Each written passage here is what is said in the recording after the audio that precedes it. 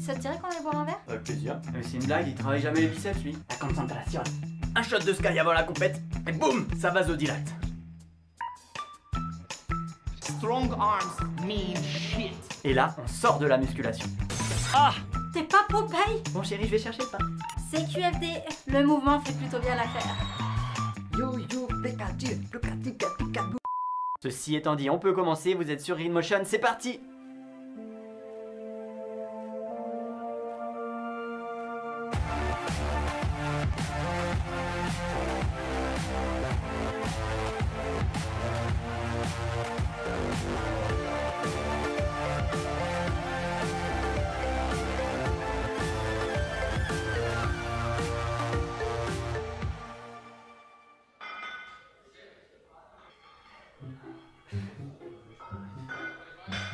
Ça te dirait qu'on aille boire un verre? Avec plaisir. Mais c'est une blague, il travaille jamais les biceps lui. Et moi? Pourquoi je me casse le cul? Non mais il fait du mouvement. Ah bah merci les stéréotypes d'égo muscu. Salut les Green Movers! On se retrouve aujourd'hui pour parler d'un sujet hyper important, à savoir les bibis.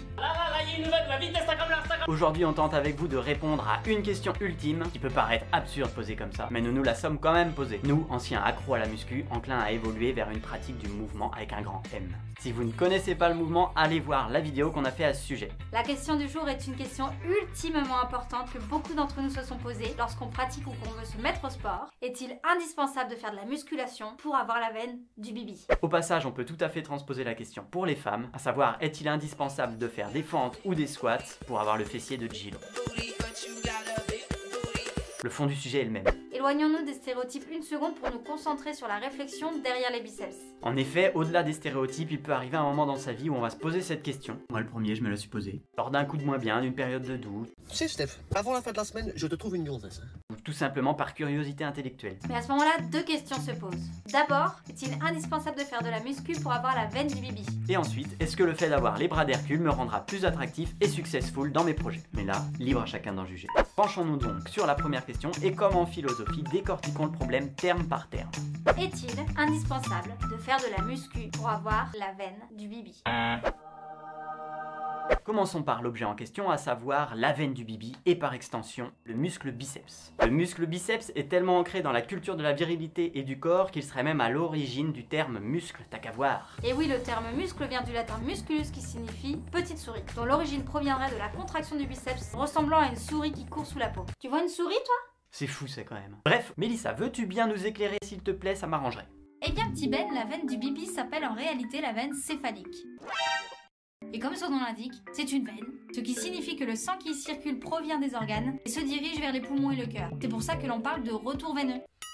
Ce sang qui a été appauvri en oxygène par les organes doit repasser par le cœur et les poumons pour se recharger. A l'inverse, les artères transportent du sang chargé en oxygène du cœur vers les organes. Ça je le savais ça. Pour info, l'artère qui amène du sang neuf dans les bras s'appelle l'artère brachiale, qui est plus en profondeur. Lorsque les muscles du bras sont sollicités, le biceps, le brachial, les muscles de l'avant-bras, par flexion du coude ou par les mouvements des poignets, le débit sanguin augmente et au fur et à mesure du temps, il y a une meilleure vascularisation. C'est-à-dire que le réseau des vaisseaux est plus dense, plus épais et donc plus visible, si la peau est assez fine. Bref, fermons cette parenthèse anatomique, Mélissa. C'est dingue, elle me fait toujours le coup de digresser pour pas répondre à la question que je lui pose. Et la question maintenant de savoir si la muscu est le seul ou le meilleur moyen de rendre cette veine visible. Non!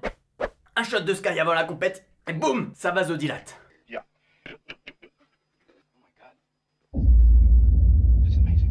Anyway, ladies and gentlemen, do you want to get a pump? Buy something from Jen. Outre les facteurs génétiques et le fait d'avoir une nutrition adaptée, on pense naturellement que le fait de muscler les muscles antérieurs du bras va permettre de gagner en volume musculaire, de créer de l'hypertrophie et donc de mieux vasculariser. Et c'est vrai, la musculation avec ses Oh là là là là! Et c'est vrai, la musculation avec ses exercices de type curl, répétés en série, sont un moyen d'y arriver. Et c'est sans doute l'un des moyens les plus efficaces en termes quantitatifs. Cependant, la science montre qu'il existe d'autres moyens de développer la force et le volume musculaire. Ah! La plus surprenante est sans doute la méthode de visualisation du mouvement.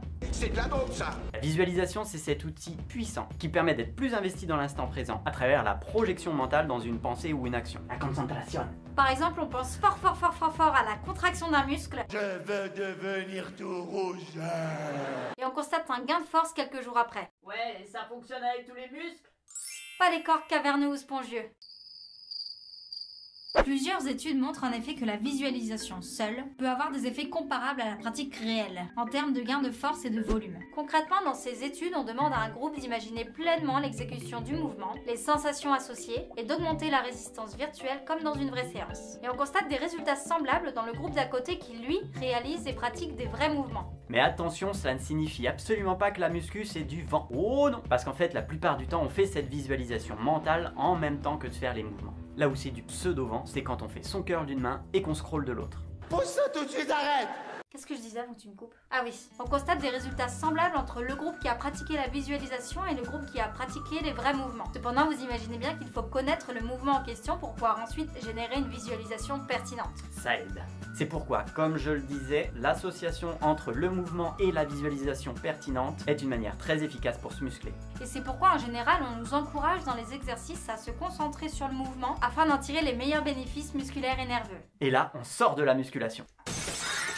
Puisque c'est ce qui se passe lorsqu'on apprend à jouer d'un instrument de musique, ou bien lorsque l'on cherche à mieux bouger sur un court de tennis ou sur un terrain de foot. Des contraintes nous sont appliquées, on cherche à effectuer une tâche motrice inhabituelle pour nous, le corps doit alors s'adapter avec l'entraînement. Et ce que nous disent ces études, c'est que plus l'implication est forte et liée au mouvement, plus les processus adaptatifs seront quantitatifs avec l'anabolisme musculaire et qualitatifs avec la création de nouvelles connexions neuronales par exemple. Mais je sens bien que vous essayez de me dire quelque chose, mais c'est de vous la phrase ou vous l'avez entendu ça? Nous avons donc la réponse à notre ultime question.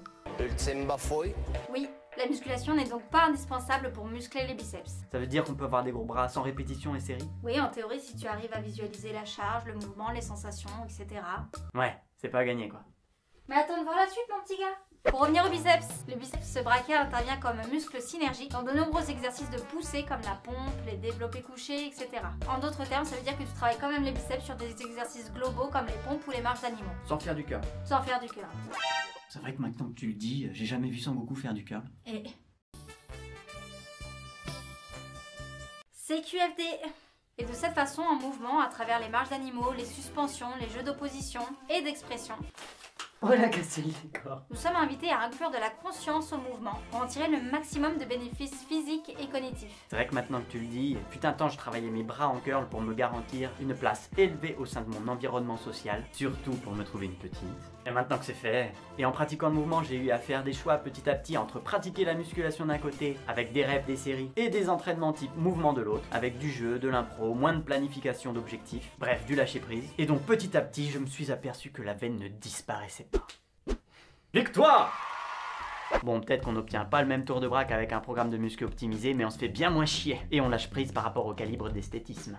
C'est-à-dire qu'on peut pas vraiment tout miser sur notre physique, surtout toi. Puis si on choisit d'explorer les suspensions, les tractions à un bras, on va forcément constater des effets secondaires sympas. Puis merde, je suis pas Popeye, les gros bras ça va 5 minutes. T'es pas Popeye? C'est pas Popeye! Mais non mais bébé, viens, bébé. Attention, n'allez pas croire non plus qu'en mouvement on ne fait pas de séries et de répétitions. On utilise parfois ces outils de développement musculaire pour atteindre un objectif spécifique, pour rectifier des déséquilibres ou bien pour explorer son corps tout simplement. Les séries ne sont juste pas propres au mouvement. Donc si vous voulez un boule d'enfer, pas besoin non plus de vous focaliser sur des séries de fentes et de squats.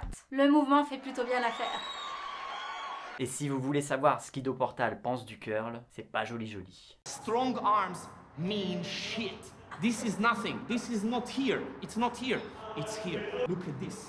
This is a sign of power.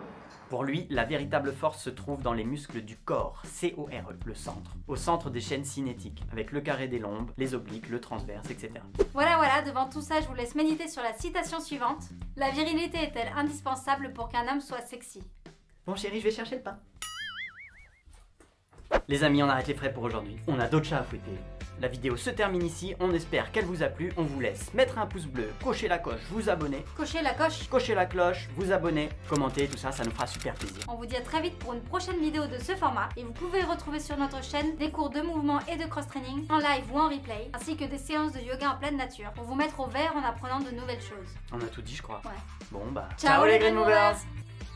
Yo yo, Pikachu, Pikachu.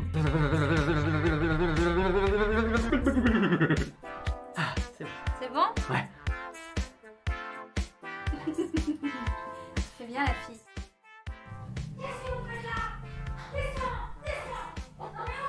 On n'a pas été à leur place, hein. Bah ouais, faut pas bouffer les plantes, hein, les gars. Tu prends tout ça? Bah ouais. C'est trop? Ouais, c'est un peu trop peut-être. Oui, c'est grave trop. Il y a au moins 2 shooters là-dedans. T'es con. Mais c'est de l'huile d'olive, hein, ne vous inquiétez pas. De l'huile d'olive bouche 1000. L'anabolisme. C'est un pays là, la Allez. Allez, chut.